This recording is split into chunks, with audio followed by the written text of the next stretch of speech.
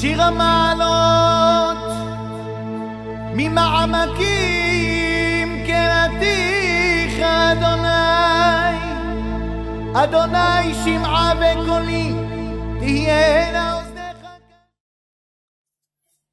Nos sages ils nous racontent que lorsque Yaakov Avinu alav shalom est décédé et ils sont partis l'enterrer à Me'arat HaMachpelah, à Hebron, nos sages ils nous racontent que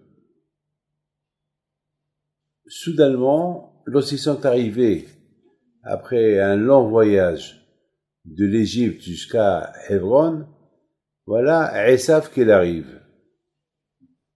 Esav c'était son frère, qui était très vieux. Il dit à toute l'assemblée, qu'est-ce que vous faites ici? Ben, ils lui ont dit, on est venu enterrer notre papa Yaakov. Esav, il dit non, il n'y a pas de place dans ce cimetière-là. Dans ce cimetière, il n'y a que pour 4 couples. Il y a Adam et Ève, Hava, il y a Abraham et Sarah, il y a Yitzhak et Rivka, et Yaakov Avinu, il a enterré sa femme Léa. Donc il y avait 2 places, une pour moi, une pour lui. Étant donné que lui, il a enterré Léa, sa femme, donc la place qui reste, c'est la mienne. Et de plus, déjà, il a pris Léa, parce que Léa, je devais me marier avec elle, et c'est lui qui s'est marié avec elle. Enfin, il m'a toujours tout pris. Il m'a pris le droit de la Bechora, il m'a volé mes prières, et là, il voulait prendre encore ma place. Moi, je vais être enterré ici. De là, vous voyez déjà, première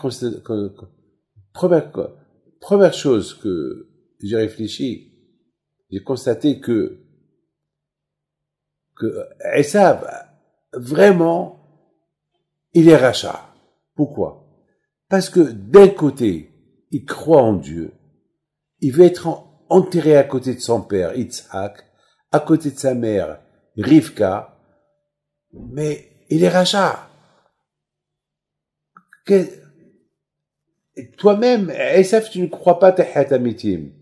Toi-même, tu ne crois pas à la résurrection. Tu ne crois pas à ça. Alors, qu'est-ce que tu veux être enterré à côté d'Abraham, Yitzhak, Yaakov, Sarah, Rivka? T'es fou. Ben, vraiment, t'es fou. Alors, d'un côté, tu ne crois pas. Et de l'autre côté, tu veux être enterré avec eux d'une façon que tu crois. Et en plus, il continue à être rachat. Et en plus, écoutez bien la suite. Les enfants de Yaakov Avinu, ils disent à Esav, mais papa, il a acheté ta part. Et on a les papiers. Il t'a donné 1 milliard de fois plus qu'elle vaut. Et maintenant, qu'est-ce que tu veux? Ah, il leur dit, je veux voir les papiers. Mais les papiers sont en Égypte. Ah ben, je m'en fous. S'ils sont en Égypte, c'est votre problème. Ici, je suis prêt à faire la guerre. Ici, c'est ma place. Attends, c'est pas que je vous fais la guerre. Vous êtes des gens honnêtes.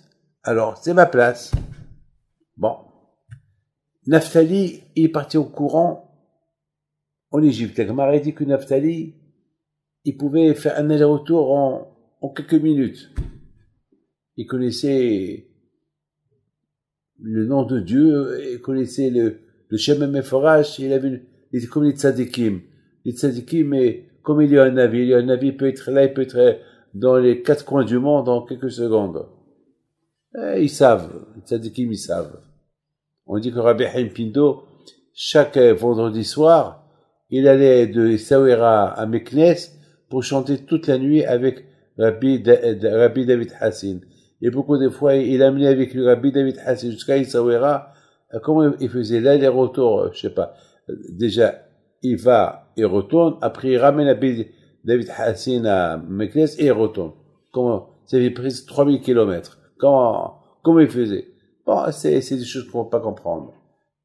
D'ailleurs, même Eliezer, lorsqu'Eliezer est parti pour chercher la future femme de Yitzhak Avinu, il est parti le matin de Beersheba à Haran, et l'après-midi déjà, il était là-bas. Comment il a fait? On ne sait pas. C'est l'Emouna. Donc vite, Naftali est parti pour chercher. Entre-temps, il y avait là-bas quelqu'un. Il s'appelle Hoshim Bendan. Hoshim Bendan, lui, il n'entend pas. Et puis, il demande à tout le monde, qu'est-ce qui se passe? Parce qu'il n'a pas compris de quoi ça parlait. Donc, lorsqu'ils lui ont expliqué, il s'est énervé, quoi? Ce voyou-là, toute la vie de mon grand-père, il était contre lui, et maintenant encore, il est encore contre lui. Alors, il s'est énervé, il a pris l'épée, il lui a coupé la tête. Donc, la tête de Esav, elle est enterrée en Ameharat Marpella, avec Yaakov Avinu.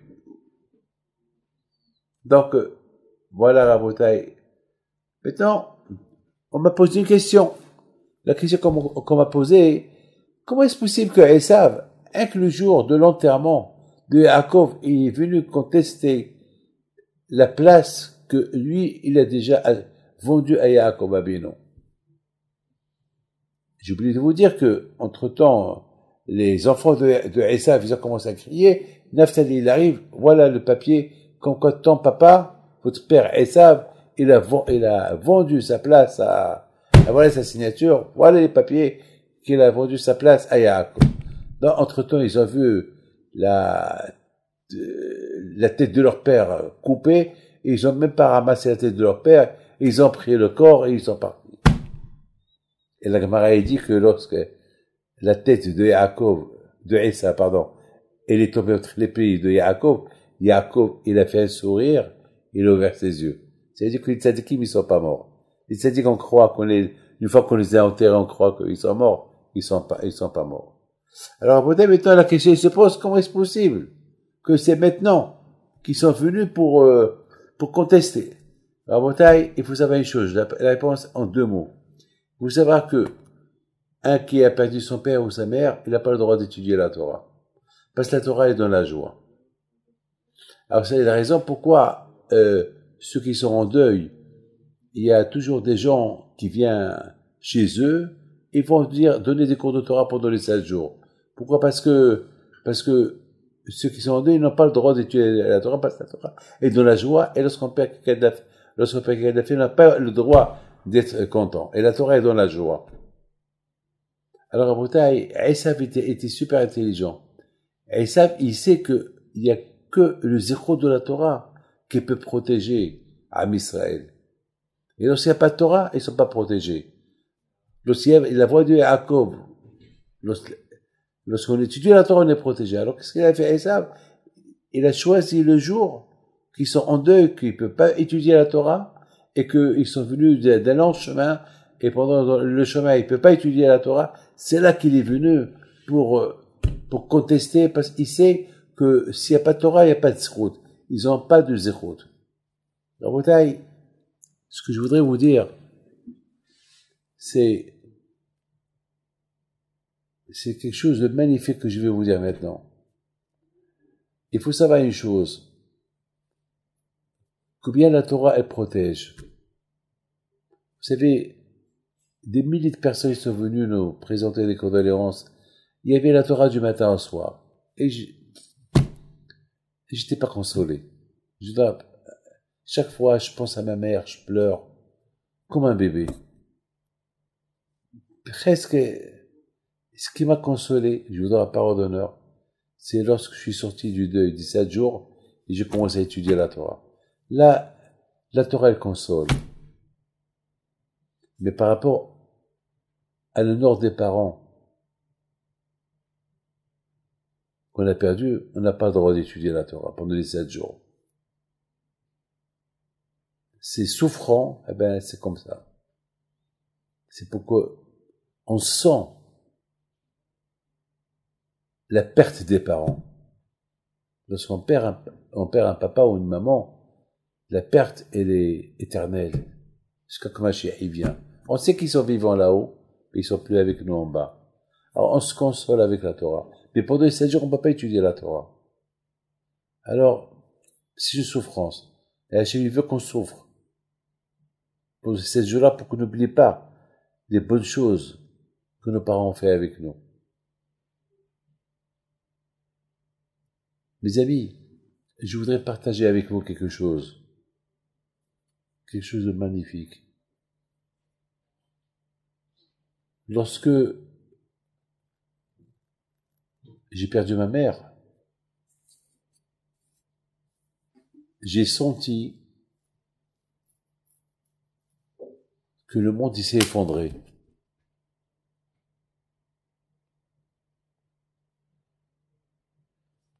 Et 7 jours plus tard, lorsque je suis retourné à la yeshiva, à Ra'anana, et j'ai commencé à étudier, et j'ai commencé à préparer des cours de Torah, et j'ai commencé à préparer les cours de 5 minutes et tout, je vous donne la parole d'honneur. Je sentais la présence de ma mère.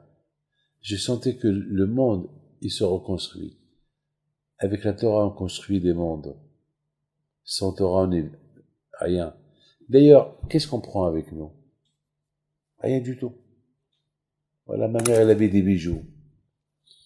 Elle avait tout. On était toujours autour d'elle. Ce qu'elle veut, on lui donne. Qu'est-ce qu'elle a pris avec elle? Rien du tout. Je voudrais vous raconter une histoire. Il y avait un milliardaire il a perdu... Pardon. Avant que... Oui, c'est ça, c'est vrai. Il avait perdu un de sa famille. Alors il a commencé à réfléchir. Il est vieux. Peut-être il faut qu'il prépare son départ. Alors il demande à ses comptables, faites-moi un inventaire, tout ce que j'ai. Comme ça, je veux voir qu'est-ce que j'ai. Qu'est-ce que j'ai fait dans ma vie. Moi, est-ce que j'ai réussi dans ma vie? Je sais que j'ai réussi, mais j'ai tellement de choses, je sais pas ce que j'ai. Je veux un inventaire. Alors, je vous donne 1 semaine, 2 semaines. Et puis, le comptable, il a réuni tout le cabinet et il leur a dit le message du patron. Et puis, lui, il devait apporter, quelques temps plus tard, il devait venir chez le patron et lui dire en détail tout ce qui se passe. Ce qu'il a achevé dans sa vie. Et quelques temps plus tard, il vient chez lui, il vient avec un petit papier. Voilà, comme celui-là, un petit papier plié. Alors le patron, il dit à son expert comptable, et il voit un petit papier dans ses mains, il lui dit, où sont les dossiers? Il lui dit, quel dossier? Bah, je t'ai demandé, je veux savoir qu'est-ce que j'ai fait dans ma vie. Il a dit, bah, ce que tu as fait dans ta vie, il reste là. Tu vas pas le prendre avec toi. Ah, pourquoi tu veux que je t'apporte les dossiers? Mais par contre, je t'ai apporté un papier. Qu'est-ce que tu vas prendre avec toi? Il est dans ce papier. Je dis, c'est quoi, tu rigoles quoi? Je lui dis, non, je rigole pas. Tiens le papier. Dis. Le riche, il prend le papier, il l'ouvre. Il lit, cher patron, tu prends avec toi 3 mètres de tissu. Le patron, il dit, c'est quoi 3 mètres de tissu? Il dit, ben, c'est ce que tu prends avec toi. Ce que tu as, il reste. Mais tu vas prendre avec toi 3 tissus, 3 mètres de tissu. Voilà, c'est ce que tu vas prendre avec toi. Le patron, il rigole. Il dit, tu as raison. Eh ben, finalement, Rabotaï, je voudrais vous dire, terminer mon cours avec une belle chose de consolation. Lorsqu'on étudie la Torah, on retrouve la joie. Vous me voyez un peu sourire. Lorsqu'on étudie la Torah, on fait les mitzvot, on sait que maman, elle est bien. On sait que papa, il est bien. On sait, c'est ça s'ils ont prié avec eux. Alors ça nous console. Ça nous console. Donc mes amis, peut-être vous comprenez, Yaakov Avinu alav shalom, toute sa vie c'était la Torah. Esav, il savait que tant que Yaakov Abino il étudiait la Torah, tant que ses enfants ils étudiaient la Torah, il ne peut rien leur faire. Il ne peut rien leur faire. Il est perdant. Mais maintenant qu'ils sont venus de l'Égypte, et ils n'ont pas étudié avec la fatigue de toute la route de l'Égypte jusqu'à Hebron, des milliers de kilomètres, ou des centaines de kilomètres, je ne sais pas combien. Mais à l'époque, il n'y avait pas des avions, il n'y avait pas des trains, il n'y avait pas de voitures. Ils sont venus tous sur les chameaux et les chevaux. Donc, Esav, il a dit, maintenant ou jamais, je vais profiter à déclencher une guerre avec la famille de mon frère qui vient de mourir parce que la Torah ne le protège pas. Donc, je peux contester la place que j'ai vendue à Yaakov de Me'arat HaMachpelah et je vais les faire chasser d'ici. Ils ne pourront rien faire. Mais il y a eu un qui s'appelle Hoshim Ben Dan. Lui, il n'entend pas. Et lui, jamais il a entendu de la Lashon Hara. Et lui,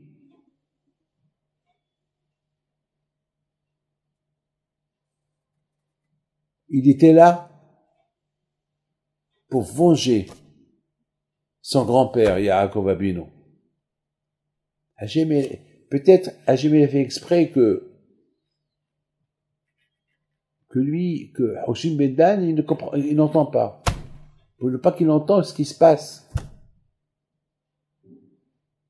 Vous savez, on raconte que Hoshim Ben Dan, c'est le seul garçon qu'il avait Dan. Et lorsqu'il est né, il est né défiguré. C'était un petit morceau de viande. Et vraiment, il n'était pas viable. Et Yaakov Abino, Alav Shalom, le Midrash dit, il a prié à Hachem. Il a dit, Hachem, tu me donnes pas ça. Je veux pas un petit enfant comme ça. Eh ben, c'est extraordinaire. Il est resté vivant. Il s'est marié, il a eu, et sa tribu, et il a eu beaucoup d'enfants. Et d'ailleurs, la tribu de Dan, c'était la tribu la plus peuplée. Pour te dire que, lorsque Hachem il veut donner à quelqu'un, c'est Hachem le patron. Beaucoup des fois, on peut croire qu'un homme en bonne santé et un homme bien, c'est lui qui peut avoir beaucoup d'enfants. Voilà, on voit Hoshim Ben Dan, il n'entend pas. Et en plus, il était complètement défiguré, il était pas bien du tout. Et Hachem, il a fait de lui qui est devenu en bonne santé. Et Hachem, il a fait que de lui, ils sont sortis la tribu la plus peuplée de toutes les tribus de Yaakov Abino. Et Hachem, il a fait exprès que lui, il n'entend pas, comme ça, il va pas comprendre, là, comment s'appelle la discussion entre Esav et les enfants de Yaakov, comme ça, il va se mêler, et comme ça, il va venger Yaakov de Esav pour tout le mal qu'il a fait à Esav, à Yaakov, son père. Mes amis, que le zéchout de Tzaddik Rabbi Haim Pinto soit avec vous, et que le bon Dieu vous donne la santé, bracha v'atzlacha. Amen. אדוני משומרים לבוקר, שומרים לבוקר. יחל ישראל אל אדוני, כי עם אדוני החסד, והרבה עמו פדות. והוא יפדה את ישראל מכל עוונותיו.